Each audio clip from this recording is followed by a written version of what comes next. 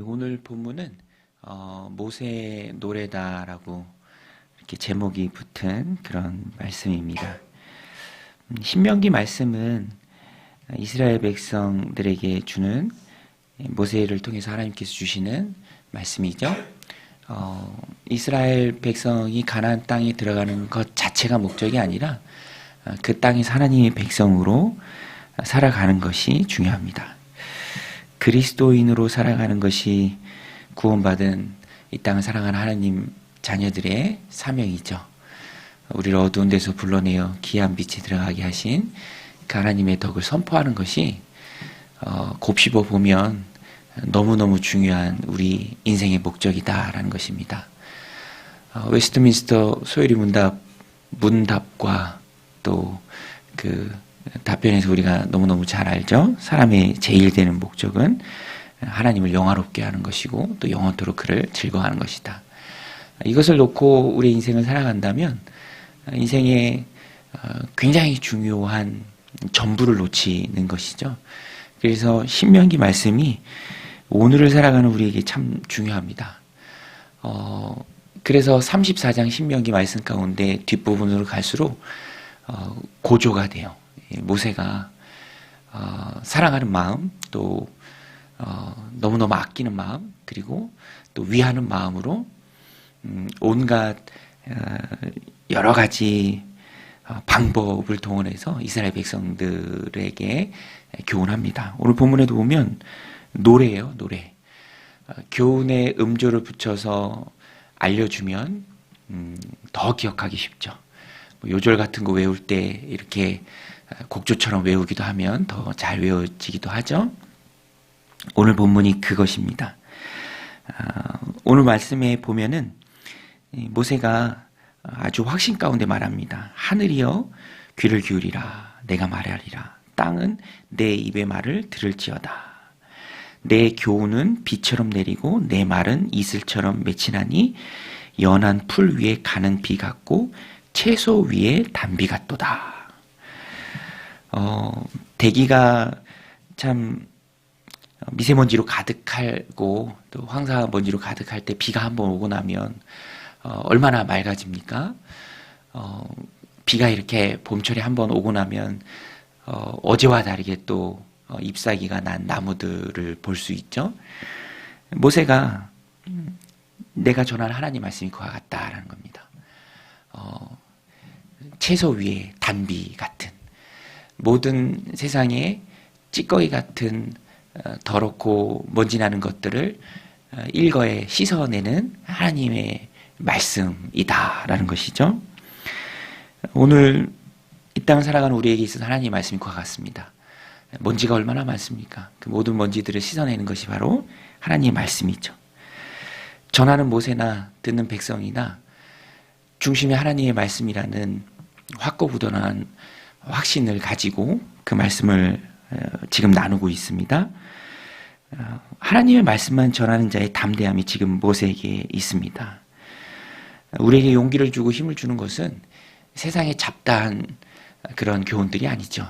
하나님의 말씀입니다. 우리는 하나님의 백성이기 때문에 하나님의 말씀이 채소 위에 단비처럼 우리 심령에 내릴 때 우리가 강건해질 수 있습니다.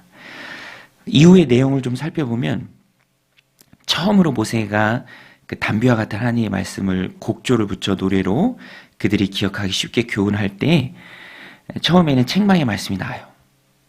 흠이 있고 삐뚤어진 세대로다. 5절이죠. 그들이 여호와를 향하여 악을 행하니 하나님의 자녀가 아니요 흠이 있고 삐뚤어진 세대로다.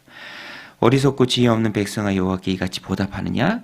그는 내 아버지시요 너를 지으신 이가 아니시냐? 그가 너를 만드시고 너를 세우셨도다. 삐뚤어지고 뒤틀린 세대. 오늘 날 이와 같은 모습들이 참 많이 있습니다. 하나님 창조주시고 세상을 만드시고 아름답게 가꾸셨는데 창조물인 사람들이 삐뚤어지고 뒤틀려서 창조주 하나님을 기억하지 못하죠. 악으로 맞서는 어리석음이 있다는 것입니다. 세상은 그럴 수 있죠. 그러나 우리 그리스도인들은 그래서는 안 되죠. 달라야 합니다. 늘 하나님 앞에 순종적인 태도와 모습으로 나아가야 합니다. 악으로 맞서는 그런 어리석음을 세상처럼 범하지 말아야죠. 모세는 참 위대한 지도자입니다. 자신이 목양하는 또 자신이 이렇게 가르치는 사람들의 그런 모습이 있지만 하나님 앞에 모세는 한결같았죠. 오늘 우리가 배워야 할 모세의 모습입니다. 우리가 살아가는 세상은 하나님을 맞서고요, 악으로 맞서고 삐뚤어지고 뒤틀린 세대입니다.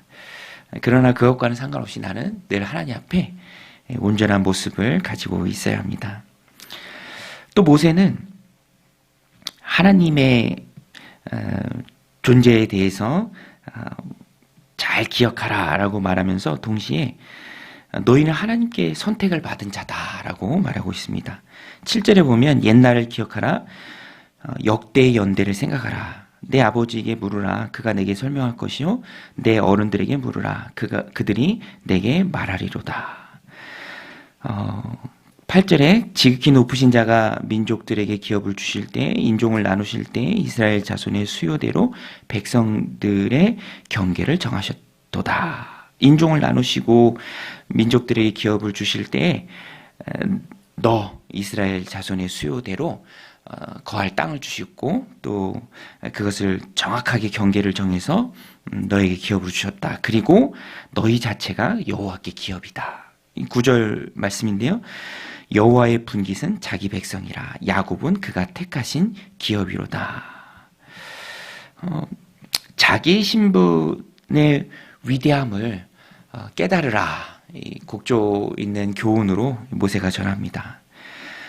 너희는 여호와의 분깃이다.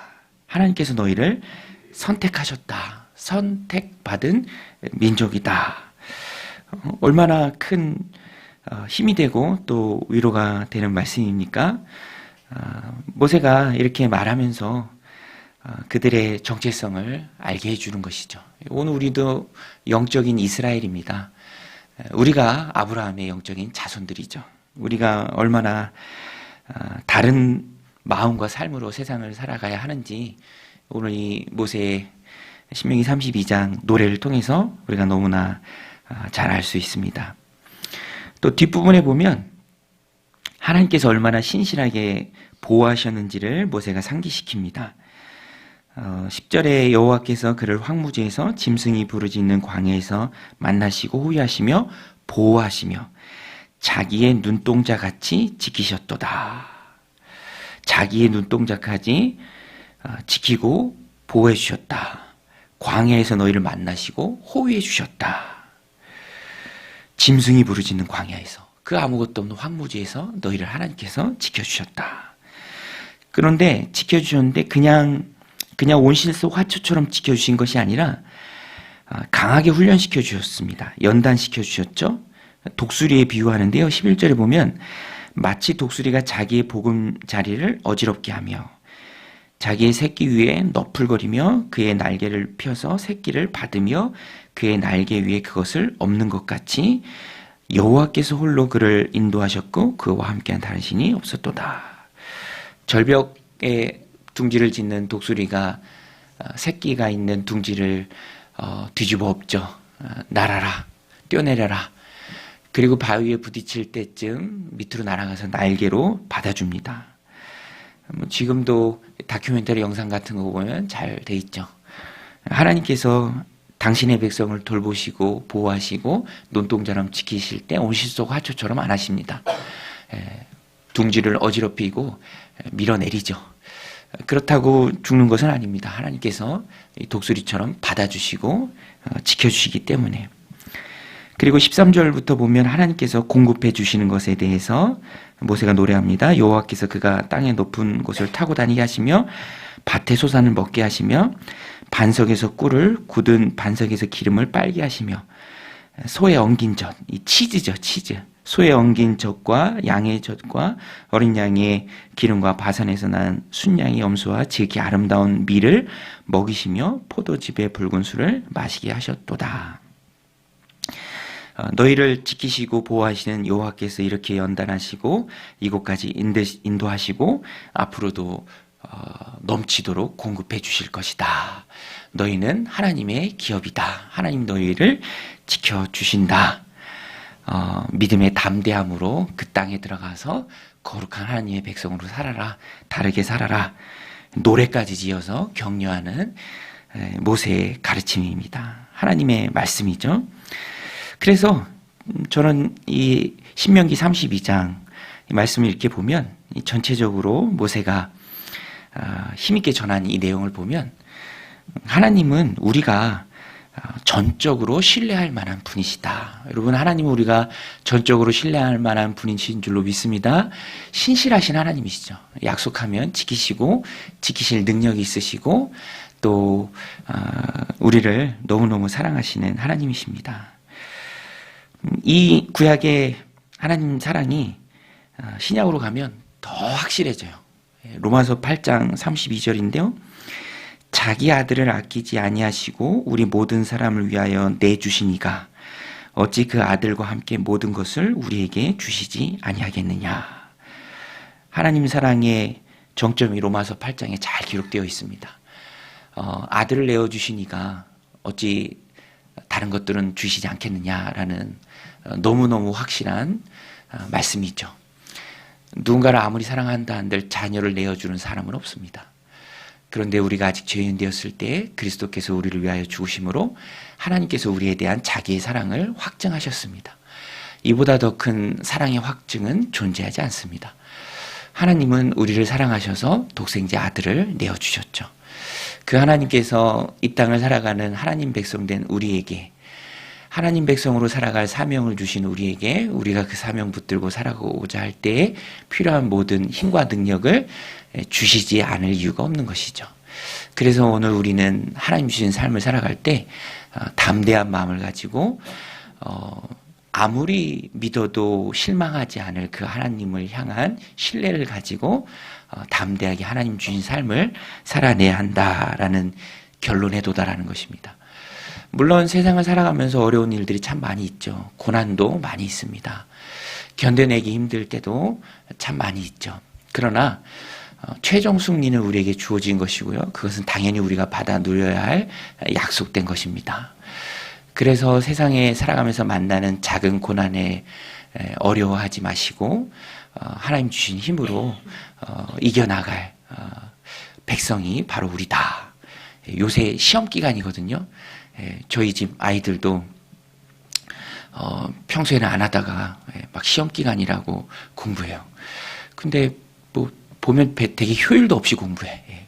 그리고 이번 시험은 망쳤대. 그냥 기말고사 준비한대. 아직 중간고사 보지도 않았는데. 근데 여하튼 그 부담이 있나 봐요. 그 부담, 그 압박. 너무너무 힘든 거예요.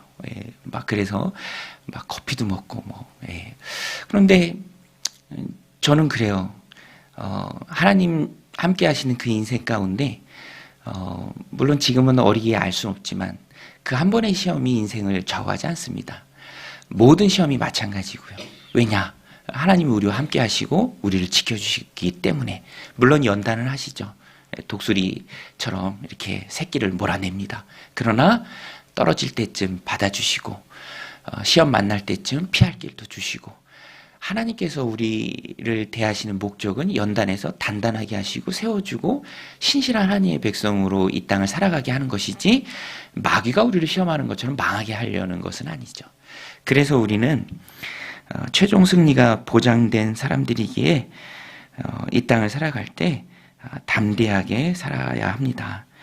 여전히 하나님은 나를 보호하시고 또 인도하시고 지켜주시고 또 최종 승리하도록 우리를 이끌어 가실 하나님이십니다. 오늘도 신명기 32장의 모세의 노래를 마음속에 기억하고 그렇게 기도했으면 좋겠습니다. 하나님, 내가 이 땅을 살아갈 때 혹은 우리의 자녀들이 이 땅을 살아갈 때 만나는 여러 가지 어려운 문제와 시험들이 있지만 그 앞에 좌절하지 않고 넘어지지 않게 하옵소서.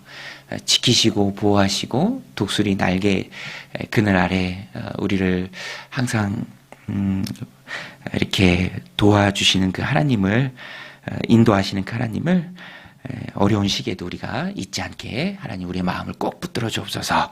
우리가 그렇게 기도할 때 또 하나님께서 여러 가지 놀라운 신실한 방법으로 오늘 하루 우리의 삶을 지켜주실 줄로 믿습니다. 이 말씀 붙들고 같이 기도하며 나아가겠습니다.